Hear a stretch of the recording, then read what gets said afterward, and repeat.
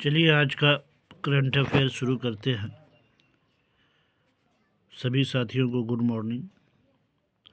तमाम शिक्षक साथी से मेरा निवेदन है कि ये करंट अफेयर आपको जो आज का पढ़ाया जाएगा ये बहुत ही महत्वपूर्ण है, इसलिए इसको ध्यान से पढ़िएगा और ध्यान देने की ज़रूरत है।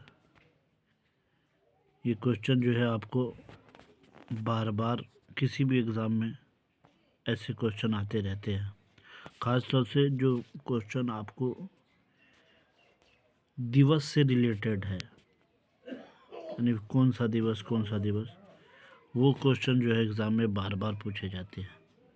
तो हम आज का सेशन शुरू करते हैं। आप सबसे रिक्वेस्ट है कि थोड़ा अगर ये क्लास आपको अच्छी लगे तो लाइक कीजिएगा, सब्सक्राइब कीजिएगा, शेयर कीजिएगा और अपने दोस्तों में व्हाट्सएप पर भी इसको शेयर कर दीजिएगा। चलिए हम शुरू करते हैं आज का क्लास। हम वीर बाल दिवस किस तिथि को मनाते हैं? हम वीर बाल दिवस किस तिथि को मनाते हैं? तो क्या लिखेंगे हम? 26 दिसंबर। किस तिथि को? 26 दिसंबर। किस तिथि को? हम ऑप्शन नहीं पढ़ेंगे, ऑप्शन पढ़ेंगे जिसके अंदर टाइम भी लगेगा, और टाइम लगेगा तो आपको कन्फ्यूज़न करेगा। 26 जनवरी, 13 अप्रैल, 26 7 जुलाई। जो आपका सटीक आंसर है हम उसी को पढ़ते जाएंगे ताकि वो आपके जहन में बैठता जाए। इसीलिए हम ऑप्शन, चारों ऑप्शन को नहीं पढ़ के जो आंसर है उसी को पढ़ेंगे और बार बार रिवाइजिंग करते हुए आगे बढ़ेंगे। तो हम वीर बाल दिवस, क्या याद रखना है? वीर बाल दिवस। वीर बाल दिवस कब मनाया जाता है? तो याद रखना है 26 दिसंबर। वीर बाल दिवस याद रखिएगा, वीर बाल दिवस 26 दिसंबर। वीर बाल दिवस 26 दिसंबर। चलिए आगे क्वेश्चन पे चलते हैं।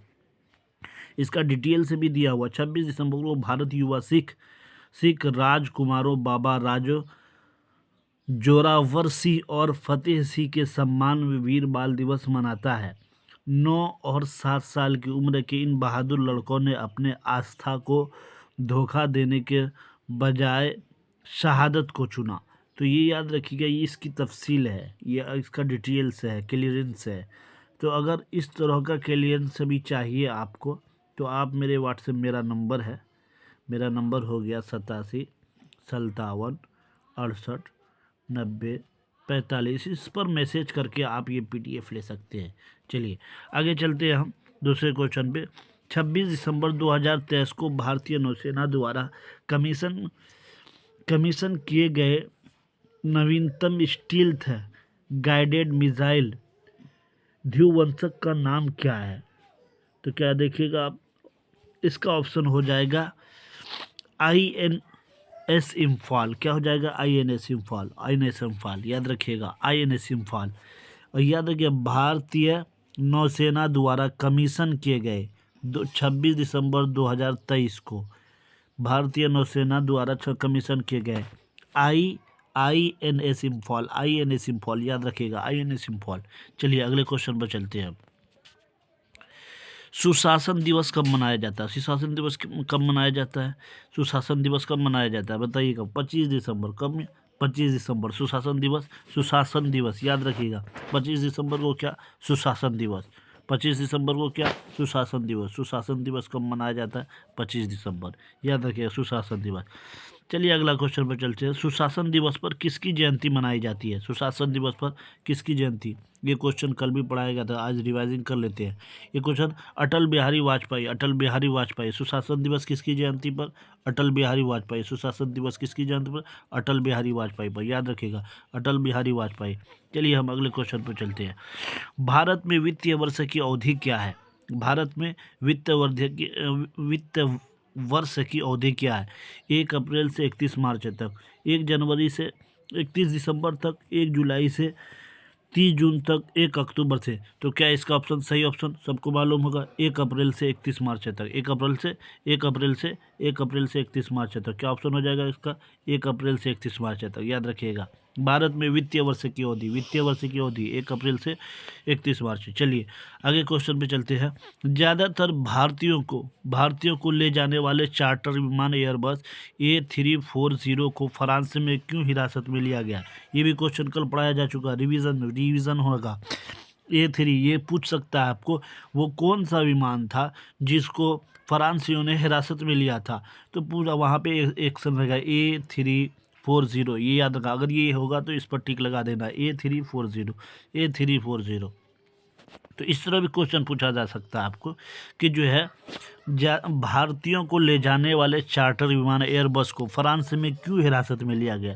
तो क्यों हिरासत में लिया गया? यात्रियों के मुद्दे, संदिग्ध मानव तस्करी के आरोप, पासपोर्ट सत्यापन, मौसम संबंधी चिंताएं। तो बताएंगे संदिग्ध मानव तस्करी के आरोप, यही ऑप्शन होगा आपका, संदिग्ध मानव तस्करी के आरोप, संदिग्ध मानव तस्करी के आरोप। क्या हो जाएगा? संदिग्ध मानव तस्करी के आरोप। फ्रांस में कहाँ किया गया था? कहाँ किया गया था? हिरासत में कहाँ लिया गया था? फ्रांस में। ये भी क्वेश्चन आ जाता है कि A340 विमान को कौन से देश में जो है हिरासत में लिया गया था। तो हम क्या बोलेंगे? फ्रांस में लिया गया था, फ्रांस में। कई तरह से आपको एक ही क्वेश्चन कई तरह से पूछ सकता है, इसलिए जो है हमें ध्यान में रहनी चाहिए सारी बातें। कौन से A340 को हिरासत में लिया गया, कहाँ लिया गया? फ्रांस में लिया गया। क्यों लिया गया? संदिग्ध मानव तस्करी के आरोप में। एक क्वेश्चन से यहाँ 3 क्वेश्चन बन रहा है, तो याद रखिएगा। चलिए अगला क्वेश्चन। संदिग्ध मानव तस्करी के आरोप के लिए फ्रांस में हिरासत में ली गई चार्टर उड़ान का गंतव्य क्या था? चार्टर उड़ान का गंतव्य क्या था? क्या गंतव्य था? Mumbai, Dubai, Nicaragua, Paris. क्या है? दुबई है। दुबई क्या होगा? दुबई होगा। देख लीजिए, नहीं निकारागुआ है। क्या है? निकारागुआ है, निकारागुआ। संदिग्ध मानव तस्करी के आरोपों के लिए फ्रांस में हिरासत में ली गई चार्टर उड़ान का गंतव्य क्या था? तो निकारागुआ था। क्या था? निकारागुआ। चलिए जो क्वेश्चन आगे चलते हैं। तफसील डिटेल से पढ़ने के लिए ये PDF ले लीजिएगा, आप डिटेल से खुद पढ़ सकते हैं। मेरे व्हाट्सएप नंबर पे आप जो है हाय हेलो भेजिए, हम आपको ये PDF भेज देंगे। चलिए, भारत में राष्ट्रीय उपभोक्ता दिवस प्रतिवर्ष किस तिथि को मनाया जाता है? उपभोक्ता दिवस प्रतिवर्ष किस तिथि को मनाया जाता है? भारत में राष्ट्रीय उपभोक्ता दिवस किस तिथि को मनाया जाता है? याद रखिएगा, कौन सी तिथि को मनाया जाता है? कौन सी तिथि को? 24 दिसंबर को। कौन सी तिथि को? 24 दिसंबर। याद रखेंगे हम सब। कौन सी तिथि को मनाया जाता है? उपभोक्ता दिवस। उपभोक्ता दिवस 24 दिसंबर। उपभोक्ता दिवस 24 दिसंबर। उपभोक्ता दिवस 24 दिसंबर। बार बार रिवीजन कीजिए। अगर एक बार वीडियो समझ में नहीं आए तो बार बार वीडियो को देखिए, बार बार वीडियो को देखिए, सारी चीज़ें क्लियर हो जाएंगी। चलिए आगे चलते हैं अगले क्वेश्चन पर हम सब। जो भारतीय कुश्ती महासंघ है, कुश्ती महासंघ है, ये बहुत न्यूज़ों में बना रहा है, न्यूज़ों में ये चर्चा बनी रही है। जिन्होंने न्यूज़ें देखी है उनको ये चीज़ें अच्छी तरह क्लियर होगी। भारत कुश्ती महासंघ है, WUFI के खेल मंत्रालय द्वारा निलंबित क्यों किया गया? क्या कहेंगे? एकाधिक उल्लंघन। क्या हो जाएगा इसका आंसर? एकाधिक उल्लंघन। क्या हो जाएगा? याद रखिएगा, एकाधिक उल्लंघन। क्यों किया गया? एकाधिक उल्लंघन की वजह से। एकाधिक उल्लंघन। चलिए आगे का क्वेश्चन देखते हैं। सांस्कृतिक विरासत संरक्षण के लिए यूनेस्को एशिया प्रशांत पुरस्कार क्या मान्यता देते हैं? क्या है क्वेश्चन? सांस्कृतिक विरासत संरक्षण के लिए यूनेस्को एशिया प्रशांत पुरस्कार क्या मान्यता देते हैं? क्या मान्यता देते हैं? तो हम इसका आंसर क्या लगाएंगे? देखिएगा, इसका आंसर हो जाएगा आपको विरासत संरक्षण उत्कृष्ट परियोजनाएं। विरासत संरक्षण उत्कृष्ट परियोजनाएं। सांस्कृतिक विरासत संरक्षण के लिए यूनेस्को प्रशांत पुरस्कार क्यों मान्यता देते हैं? तो हम क्या बोलेंगे? विरासत संरक्षण उत्कृष्ट परियोजनाएं। सिर्फ का ऑप्शन हम याद करते जाएंगे, बार बार देखिएगा। उसके बाद है भारत के किस प्रधानमंत्री का संबंध है किसान दिवस से है? भारत के किस प्रधानमंत्री का संबंध है? भारत के किस प्रधानमंत्री का संबंध है किसान दिवस से है? इंदिरा गांधी से, अटल बिहारी वाजपेयी से, चौधरी चरण सिंह से, राजीव गांधी से। क्या लिखेंगे इसका आंसर? इसका आंसर हो जाएगा आपको चौधरी चरण सिंह से। क्या हो जाएगा इसका? चौधरी चरण सिंह। चलिए, भारत के किस प्रधानमंत्री का संबंध है किसान दिवस से है? तो क्या बोलेंगे? चौधरी चरण सिंह। याद रखिएगा, एक एक चीज़ें क्लियर होती जाएंगी। चौधरी चरण सिंह। कौन सा दिवस? किसान दिवस। कौन सा दिवस? किसान दिवस। कौन से प्रधानमंत्री? चौधरी चरण सिंह। याद रखिएगा। चलिए अगला क्वेश्चन पे चलते हैं। भारत में 75वां गणतंत्र दिवस समारोह के मुख्य अतिथि कौन होंगे? भारत में, चलिए ये क्वेश्चन देखिए, कल कौन थे? कल यानी कल जो है गणतंत्र दिवस था। उस समारोह में कौन से मुख्य अतिथि जो थे कि जिन्होंने वो शामिल हुए थे? नरेंद्र मोदी प्रधानमंत्री, क्या है इमैनुएल मैक्रोन राष्ट्रपति फ्रांस से, राष्ट्रपति जो बिडेन राष्ट्रपति यूएस, श्री सुनक प्रधानमंत्री ब्रिटेन। तो कौन सा सही ऑप्शन हो जाएगा? इसका ऑप्शन सही हो जाएगा आपको, इसका ऑप्शन हो जाएगा आपको सही। कौन सा हो जाएगा सही बताइएगा आप लोग। इमैनुएल मैक्रोन, इमैनुएल मैक्रोन राष्ट्रपति फ्रांस है। इमैनुएल मैक्रोन गणतंत्र दिवस के समारोह के मुख्य अतिथि थे। ये वीवीआई क्वेश्चन, वीवीआई है ये, VVI very very important question है ये, इसको ध्यान में रखिएगा। इमैनुएल मैक्रोन फ्रांस के राष्ट्रपति। ये भी क्वेश्चन में आ सकता है कि कहाँ के राष्ट्रपति गणतंत्र दिवस के अंदर मुख्य अतिथि बनाए गए थे? तो हम क्या बोलेंगे? हम क्या बोलेंगे? फ्रांस के राष्ट्रपति। कहाँ के राष्ट्रपति ऑफ फ्रांस है। कहाँ? उसका नाम क्या था? Manuel Macron. ये इंपॉर्टेंट क्वेश्चन है। चलिए हम आगे चलते हैं। मेजर ध्यानचंद खेल रत्न पुरस्कार, ये खेल रत्नों के बारे में कोई एग्ज़ाम ऐसा नहीं है, चाहे वो यूपीएससी हो, बीपीएससी हो, चाहे DSSS हो, स्टेट हो, उसी तरीके से जेटेट हो, बिहार दरोगा पुलिस हो, कोई भी ऐसा एग्ज़ाम नहीं है जिसमें इसके बारे में नहीं पूछा जाता है। ये ध्यान में रखिएगा। मेजर ध्यानचंद खेल रत्न पुरस्कार 2023 के प्राप्तकर्ता कौन है? प्राप्तकर्ता कौन है? चिराग चंद्रशेखर, मनीष कौशिक और उसी तरह सौरभ चौधरी, बजरंग पुनिया। तो क्या होगा इनका ऑप्शन? ए हो जाएगा। इसका ऑप्शन क्या हो जाएगा? ए हो जाएगा। क्या हो जाएगा? ये चिराग चंद्रशेखर सिट्टी और रंकी रेड्डी सात्विक साईराज। क्या हो जाएगा? चिराग चंद्रशेखर शेट्टी और श्री रंकी रेड्डी सात्विक साईराज। ये कौन है? मेजर ध्यानचंद खेल रत्न पुरस्कार 2023 के प्राप्तकर्ता हैं। दो मेजर ध्यानचंद खेल, कौन सा खेल? मेजर ध्यानचंद खेल। इसके प्राप्त कौन है? इसके प्राप्तकर्ता कौन है? याद रखिएगा। तो याद रखेंगे चिराग चंद्रशेखर और दूसरा नाम हो गया रंकी रेड्डी सात्विक। मेजर ध्यानचंद खेल 2023, चिराग चंद्रशेखर, रंकी रेड्डी सात्विक। याद हो गया होगा आप लोगों के ध्यान में बैठ गया। चलिए अगला क्वेश्चन पे चलते हैं। किस विश्वविद्यालय को समग्र विजेता विश्वविद्यालय के रूप में मौलाना अबुल कलाम आज़ाद MAKA ट्रॉफी 2023 से सम्मानित किया गया? Lovely professional university Punjab, Guru Nanak Dev विश्वविद्यालय अमृतसर, उसी तरह कुरुक्षेत्र विश्वविद्यालय कुरुक्षेत्र, जामिया मिल्लिया इस्लामिया। क्या क्या होगा इसका? गुरु नानक। कौन सा ऑप्शन सही हो जाएगा? गुरु नानक, गुरु नानक देव विश्वविद्यालय अमृतसर, गुरु नानक देव विश्वविद्यालय अमृतसर। कौन सा ट्रॉफी से? कौन सा ट्रॉफी से? मौलाना अबुल कलाम आज़ाद MAKA ट्रॉफी 2023 से सम्मानित किया गया था। कौन से विश्वविद्यालय? गुरु नानक को, गुरु नानक को। ये भी पूछ सकता है कि गुरु नानक को कौन सा ट्रॉफी दिया गया? तो हम क्या कहेंगे? Maulana Abul Kalam Azad MAKA trophy, MAKA trophy. ये सारी चीज़ें याद रखने की है। कौन सा? गुरु नानक। चलिए हम अगला क्वेश्चन पे चलते हैं। गुरु नानक देव विश्वविद्यालय अमृतसर, याद रखिएगा मौलाना अबुल कलाम आज़ाद ट्रॉफी MAKA है। ये किसको दिया गया था? गुरु नानक देव विश्वविद्यालय अमृतसर। चलिए अगर ये PDF आप लोगों को चाहिए तो हमारे व्हाट्सएप नंबर 87 57 58 90 45 पे ये PDF आप लोग फ्री में ले सकते हैं।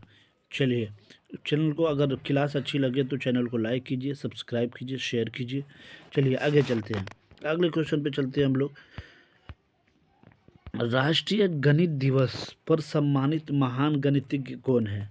राष्ट्रीय गणित दिवस पर सम्मानित महान गणितज्ञ कौन है? तो क्या है? Albert Einstein, Aryabhata, Srinivasa Ramanujan, Srinivasa Isaac Newton. कौन सा ऑप्शन हो जाएगा? आप लोगों ने पढ़ा होगा तो जहन में ये सारी बातें होंगी, नहीं है तो मैं याद दिलाना चाहता हूँ आपको। ये है श्रीनिवास रामानुजन। अब पूछेगा इसको कौन सा अवार्ड दिया गया था? श्रीनिवास रामानुजन। कौन सा अवार्ड दिया गया इसको? राष्ट्रीय गणित दिवस पर सम्मानित महान गणितज्ञ, राष्ट्रीय गणित दिवस पर सम्मानित महान गणितज्ञ किसको कहा गया था? श्रीनिवास रामानुजन। श्रीनिवास रामानुजन, याद रखिएगा, श्रीनिवास रामानुजन, ये राइट आंसर हो जाएगा, श्रीनिवास रामानुजन। चलिए आगे के क्वेश्चन पर चलते हैं हम। इसका डिटेल से सारी चीज़ें लिखी हुई है पीडीएफ में, आप लोग पढ़ना चाहेंगे, ज़रूर समझेंगे तो इसको ले सकते हैं। चलिए अगला क्वेश्चन है, ईवी रामकृष्णन ने 2023 में किस श्रेणी के लिए साहित्य अकादमी पुरस्कार जीता? किसके लिए? उपन्यास के लिए, लघु कहानी संग्रह के लिए, साहित्यिक अध्ययन के लिए, कविता के लिए। तो क्या ऑप्शन हो जाएगा इसका? ऑप्शन क्या हो जाएगा इसका? साहित्यिक अध्ययन। क्या हो जाएगा ऑप्शन इसका? साहित्यिक अध्ययन, साहित्यिक अध्ययन। ईवी रामकृष्णन ने 2023 में किस श्रेणी के लिए साहित्य अकादमी पुरस्कार जीता? साहित्यिक क्या हो जाएगा? साहित्यिक अध्ययन। क्या हो जाएगा? साहित्यिक अध्ययन, साहित्यिक अध्ययन, ये राइट आंसर हो जाएगा आपका, साहित्यिक अध्ययन, साहित्यिक अध्ययन। कौन सा अवार्ड? तो साहित्यिक अकादमिक पुरस्कार जीता कौन? ईवी रामकृष्णन। 2023 में किस श्रेणी के लिए? ईवी रामकृष्णन। क्वेश्चन इस तरह भी पूछ सकता है कि साहित्यिक अध्ययन यानी साहित्यिक अध्ययन पुरस्कार किसको दिया गया? तो हम क्या कहेंगे? ईवी रामकृष्णन को। 2023 साहित्यिक अकादमिक अध्ययन पुरस्कार किसको दिया गया? तो हम क्या कहेंगे? ईवी रामकृष्णन। अगर ईवी रामकृष्णन 2023 में किस श्रेणी के लिए साहित्य अकादमी पुरस्कार जीता? तो साहित्यिक अध्ययन। तो समझ गए, इसका क्वेश्चन कई तरीके से पूछा जा सकता है, हमको ध्यान में रखनी है कि ये क्वेश्चन कहाँ से और कैसे पूछा गया। चलिए अगले क्वेश्चन में चलते हैं हम सब। राजशेखरन ने किस भाषा में अपने उपन्यास नीरवाजी पद्मों के लिए पुरस्कार जीता? क्या क्वेश्चन है? राजशेखरन ने किस भाषा में अपने उपन्यास नीरवाजी पद्म के लिए पुरस्कार जीता? क्या क्वेश्चन है? ध्यान दीजिएगा, राजशेखरन ने किस भाषा में अपने उपन्यास नीरवाजी पद्म के लिए पुरस्कार जीता? तो क्या इसका आंसर हो जाएगा आपको? तेलुगु है, तमिल है, मलयालम है, कन्नड़ है। तो इसका आंसर हो जाएगा तमिल। क्या हो जाएगा इसका आंसर?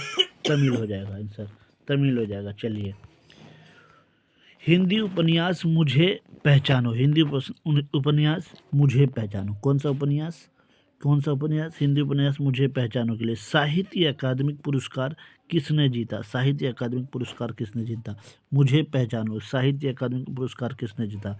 संजीव ने, विजय वर्मा ने, नीलम शरण गौड़ ने, विनोद जोशी ने। इसका आंसर हो जाएगा संजीव, ए ऑप्शन हो जाएगा। क्या हो जाएगा? संजीव। हिंदी उपन्यास मुझे पहचानो के लिए साहित्य अकादमी पुरस्कार किसने जीता? तो क्या हो जाएगा? संजीव। हिंदी देखिए कर, संजीव ने हिंदी उपन्यास मुझे पहचानो के लिए साहित्य अकादमी पुरस्कार जीता। चले आगे चलिए, ये क्वेश्चन उतना इम्पोर्टेंट नहीं है, जो क्वेश्चन सही उतना एग्जाम के लिए महत्वपूर्ण नहीं होगा उसको हम थोड़ा छोड़ ही के चलेंगे। गोवा मुक्ति दिवस कब मनाया जाता है? गोवा मुक्ति दिवस कब मनाया जाता है?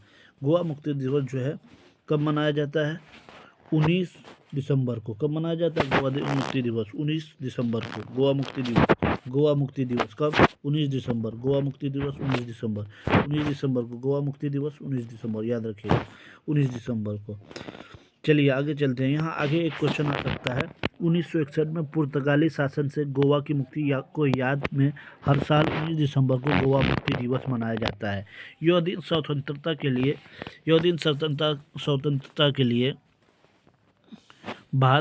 लिए भारत के संघर्ष और उसके लोगों के लचीलेपन का प्रतीक है। यह गोवा के लोगों के लिए गर्व और उत्सव का दिन है। चलिए, तो गोवा मुक्ति दिवस कब मनाया जाता है? तो 19 दिसंबर को। और क्यों मनाया जाता है? तो आगे की क्वेश्चन आने वाला है, देखिएगा कि गोवा मुक्ति दिवस किसका स्मरण कराता है, यानी गोवा मुक्ति दिवस हमें किसकी याद दिलाती है? चलिए इसका आंसर आप लोग कमेंट बॉक्स में दीजिएगा। तो ब्रिटिश शासन के स्वतंत्रता, डच शासन से मुक्ति, पुर्तगाली शासन से मुक्ति, गोवा का एक अलग राज्य के रूप में। कौन सा हो जाएगा ऑप्शन? कौन होगा? ब्रिटिश शासन से स्वतंत्रता या डच शासन से मुक्ति, पुर्तगाली शासन से मुक्ति, गोवा एक अलग राज्य के रूप में गठन। तो इसका ऑप्शन सही हो जाएगा आपको, सी हो जाएगा, पुर्तगाली। क्या हो जाएगा? पुर्तगाली शासन से मुक्ति, सी ऑप्शन हो जाएगा इसका, पुर्तगाली पुर्तगाली शासन से मुक्ति, पुर्तगाली शासन से मुक्ति, पुर्तगाली शासन से मुक्ति। गोवा मुक्ति दिवस किसका स्मरण कराता है? पुर्तगाली शासन। गोवा मुक्ति दिवस किस तारीख को मनाया जाता है? 19 दिसंबर, 19 दिसंबर। गोवा मुक्ति दिवस 19 दिसंबर, 19 दिसंबर को मनाया जाता है। लेकिन जो है वो किसकी याद दिलाती है? तो किसका किसका स्मरण कराता है? तो क्या हो जाएगा? पुर्तगाली शासन से मुक्ति। चलिए ये क्वेश्चन हो गया, आगे चलते हैं हम। किस विधेयक का उद्देश्य भारत में आपराधिक अपराधों को नियंत्रण करने वाली भारतीय दंड संहिता आईपीसी 1860 से प्रतिस्थापित करना है? चलिए इसका देखेंगे, आंसर हो जाएगा आपको भारतीय न्याय द्वितीय संहिता 2023, भारतीय नागरिक सुरक्षा द्वितीय संहिता 2023, भारतीय साक्ष्य द्वितीय विधेयक 2023, भारतीय साक्ष्य अधिनियम 1978। तो इसका ऑप्शन हो जाएगा आपको भारतीय न्याय द्वितीय संहिता। क्या ऑप्शन हो जाएगा इसका? भारतीय न्याय द्वितीय संहिता 2023। तो क्या ऑप्शन? भारतीय न्याय द्वितीय संहिता 2023। चलिए इस तरह के क्वेश्चन और आगे आने वाले हैं। भारतीय न्याय द्वितीय संहिता 2023 का प्राथमिक फोकस क्या है? इसका प्राथमिक फोकस क्या है? साक्ष्य की स्वीकार्यता, आपराधिक प्रक्रिया, आपराधिक अपराधों के लिए की सजा, आरपीसी का प्रतिनिधित्व। इसका होगा साक्ष्य स्वीकार्यता। क्या हो जाएगा इसका ऑप्शन? साक्ष्य आपराधिक अपराधों के लिए सजा। क्या हो जाएगा इसका ऑप्शन? आपराधिक अपराधों के लिए। भारतीय न्याय द्वितीय संहिता 2023 का प्राथमिक फोकस क्या है? भारतीय अपराधों के लिए सजा, भारतीय अपराधों के लिए सजा। क्या हो जाएगा? भारतीय अपराधों के लिए सजा। बार बार ऑप्शन को रटिएगा। भारतीय न्याय द्वितीय संहिता 2023 का प्राथमिक फोकस क्या है? भारतीय अपराधों के लिए सजा। चलिए अगला क्वेश्चन देखते हैं। कौन सा कानून आपराधिक प्रक्रिया संहिता 1973 सीआरपीसी की जगह लेता है? कौन सा कानून? भारतीय न्याय द्वितीय संहिता, भारतीय नागरिक सुरक्षा द्वितीय संहिता, भारतीय साक्ष्य द्वितीय संहिता। इसका ऑप्शन सी हो जाएगा। क्या हो जाएगा? ऑप्शन सी हो जाएगा। क्या हो जाएगा? भारतीय साक्ष्य द्वितीय विधेयक, भारतीय साक्ष्य द्वितीय विधेयक। इसका सी ऑप्शन सी हो जाएगा। भारतीय साक्ष्य द्वितीय विधेयक, सी ऑप्शन सी हो जाएगा। चलिए हम आगे चलते हैं। नहीं, इसका ऑप्शन जो है आपको भारतीय नागरिक सुरक्षा द्वितीय का। कौन सा कानून? क्या क्वेश्चन पूछा है? कौन सा कानून आपराधिक प्रक्रिया संहिता 1973 सीआरपीसी की जगह लेता है? तो इसका ऑप्शन ये हो जाएगा भारतीय नागरिक सुरक्षा। भारतीय ऑप्शन बी सही हो जाएगा। भारतीय नागरिक सुरक्षा द्वितीय संहिता, ऑप्शन बी सही हो जाएगा। चलिए हम आगे क्वेश्चन में चलते हैं। भारतीय न्याय द्वितीय संहिता 2023 दंड प्रणाली में क्या महत्वपूर्ण योगदान देता है? क्या महत्वपूर्ण योगदान देता है? भारतीय न्याय द्वितीय संहिता 2023 दंड प्रणाली में क्या महत्वपूर्ण योगदान देता है? तो इसका ऑप्शन हो जाएगा सामुदायिक सेवा। क्या ऑप्शन हो जाएगा? सामुदायिक सेवा। इसका ऑप्शन सही डी सही ऑप्शन हो जाएगा। इसका डी सही ऑप्शन हो जाएगा, सामुदायिक सेवा, सामुदायिक सेवा। चलिए आगे के क्वेश्चन में चलते हैं हम। भारतीय न्यायालयों में साक्ष्य की स्वीकार्यता से कौन सा कानून संबंधित है? भारतीय न्यायालयों में साक्ष्य की स्वीकार्यता से कौन सा कानून संबंधित है? याद रखिएगा, ये सारे क्वेश्चन आपको एक बार में याद नहीं होने वाले हैं। बार बार रिवीजन कीजिए, खूब रिवीजन कीजिए, तभी आपको याद होंगे। एक बार पढ़ लिया और सोचेंगे कि हमको एग्ज़ाम में याद हो जाएगा, नहीं हो जाए। तो मेरे शिक्षक साथियों, आपसे अनुरोध है कि हम 1 to 5 वाले ख़ास तौर से, या 6 से 8 वाले, या 9 10 वाले, जिसका भी एग्ज़ाम देने की आप तैयारी कर रहे हैं, इस वीडियो को ज़रूर देखिए और बार बार देखिए, रिवीज़न कीजिए, बार बार रिवीज़न कीजिए। सिर्फ इसी वीडियो को देखने से काम नहीं चलेगा, मैं ये कहता हूँ। आपके पास वक्त नहीं है, आपको तैयारी बहुत सारी करनी है। ये तो करंट अफेयर का हो गया, जीके का हो गया, उसके बाद आपको जो है अपने भाषा की भी तैयारी करनी है। उसके बाद जो है आपको गणित पढ़ना है, उसके बाद जीके पढ़ना है, उसके बाद जो है आपको रीजनिंग पढ़ना है। ये सारी चीज़ें आपको सब तैयार करना है। तो समय बहुत कम है, खूब पढ़िए, पढ़ते रहिए, अपना वक्त ज़ाय मत कीजिए। अगर ये वीडियो आपको ज़्यादा लंबी लग रही है तो इसको जो है आप स्पीड इसका बढ़ा करके देखिएगा। स्पीड जहाँ से बढ़ता है, स्पीड बढ़ा करके फटाफट जो आंसर है उसी को देखते जाना है। तो जुड़िए मेरे ग्रुप से, मेरे इस चैनल से एक एकेडमी इंडिया से, और इसको लाइक कीजिए, सब्सक्राइब कीजिए। क्लास अच्छी लगी तो शेयर भी कीजिए। आप अगर हमें मोटिवेट करेंगे तो हम इस तरह की क्लासें आपके लिए लाते रहेंगे। चलिए आगे के क्वेश्चन की तरफ चलते हैं। इस क्वेश्चन को छोड़ दीजिए, ये इम्पोर्टेंट नहीं है हमारे लिए। ये देखिए, ये क्वेश्चन जो है, घोषणा के अनुसार 2025 क्लब विश्व कप प्रारूप की प्रमुख विशेषता क्या है? घोषणा के अनुसार 2025 क्लब विश्व कप प्रारूप की प्रमुख विशेषता क्या है? तो इसका जो आंसर आपको हो जाएगा, इसका हो जाएगा 4 टीमों के 8 समूहों के 7 चरण। क्या आंसर हो जाएगा? इसका आंसर बी हो जाएगा। क्या आंसर हो जाएगा? बी। 4 टीमों के 8 समूहों के साथ समूह चरण जो है घोषणा के अनुसार। क्वेश्चन क्या है? घोषणा के अनुसार 2025 क्लब विश्व कप प्रारूप की प्रमुख विशेषता क्या है? क्या होगा? 2025 क्लब विश्व के प्रारूप में प्रमुख विशेषता क्या है? तो क्या होगा? 4 टीमों के 8 समूह के साथ समूह चरण। 4 टीमों के 8 समूह के साथ समूह चरण। बी ऑप्शन सही हो जाएगा। कौन सा ऑप्शन? B option. चलिए आगे के क्वेश्चन में चलते हैं हम लोग। खेलो इंडिया पैरा गेम्स, ये देखिए, ये वीवीआई में आप ले लीजिएगा इसको। वीवीआई वेरी इंपॉर्टेंट क्वेश्चन है, इस पर नोट लगा दीजिएगा। अगर आप लोग क्लास करते हैं तो कॉपी पेन लेकर भी बैठा कीजिएगा। जो आपको ऐसा लगे कि इम्पोर्टेंट क्वेश्चन है उसको नोट करते जाइएगा। जो आपको अच्छा लगे कि एग्ज़ाम में आ ही सकता है तो उसको नोट करिएगा। अगर आपके पास कलम कॉपी लेके नहीं बैठे हैं, ये पीडीएफ चाहिए तो आप हमको व्हाट्सएप नंबर, मेरा नंबर 87 57 57 68 90 45, ये नंबर है। इस नंबर पे आप मैसेज कीजिए, हम आपको ये पीडीएफ दे देंगे। इसके लिए आपसे कोई चार्जेस नहीं लिए जाएंगे, इसलिए ध्यान रखिए। तैयारी खूब अच्छी कीजिए। और ऐसा नहीं है बहुत सारा पढ़ना है, ये ध्यान रखिएगा। ऐसा नहीं है बहुत सारा पढ़ना है, किताब पढ़े जा रहे हैं और एग्ज़ाम में जाके बैठे तो पता चला जितना पढ़े उनमें से कोई क्वेश्चन नहीं आया। तो मैं ये कहना चाहूँगा शिक्षक साथियों आपसे कि आप ऐसा पढ़ें कि जो आपके एग्ज़ाम के लिए कारआमद हो, जो आपके एग्ज़ाम में काम आए।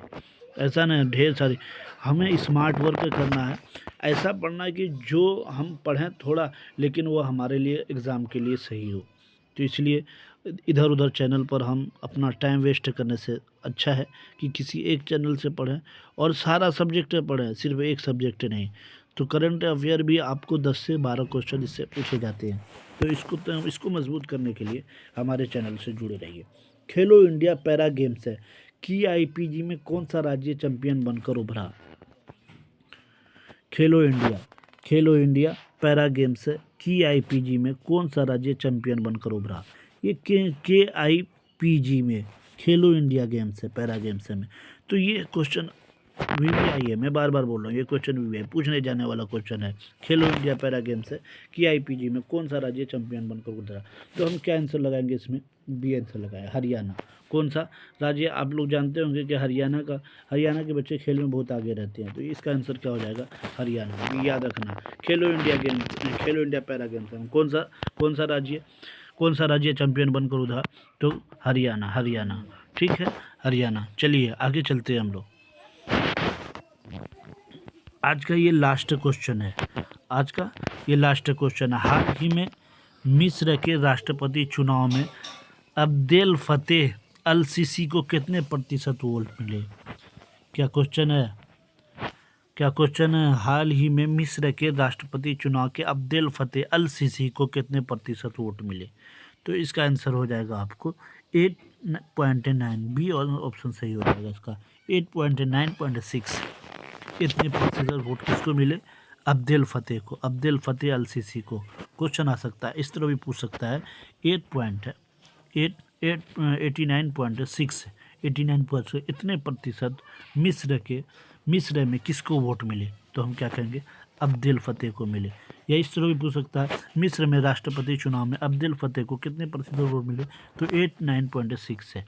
तो मेरे शिक्षक साथियों, आज का ये क्लास इतना ही रहा। और अगर आप लोग चाहते हैं कि इसी तरह क्लास आता रहे आपके एग्जाम तक, तो आप मुझे मोटिवेट कीजिए। मेरे कमेंट में बॉक्स में लिखिए कि क्वेश्चन क्लास में क्या सही है क्या गलत है। अगर अच्छा लगे तो लाइक कीजिए, सब्सक्राइब कीजिए, शेयर कीजिए। मैं इसी तरह आपके लिए क्लास लाता रहूँगा। तो आज के लिए बस इतना ही।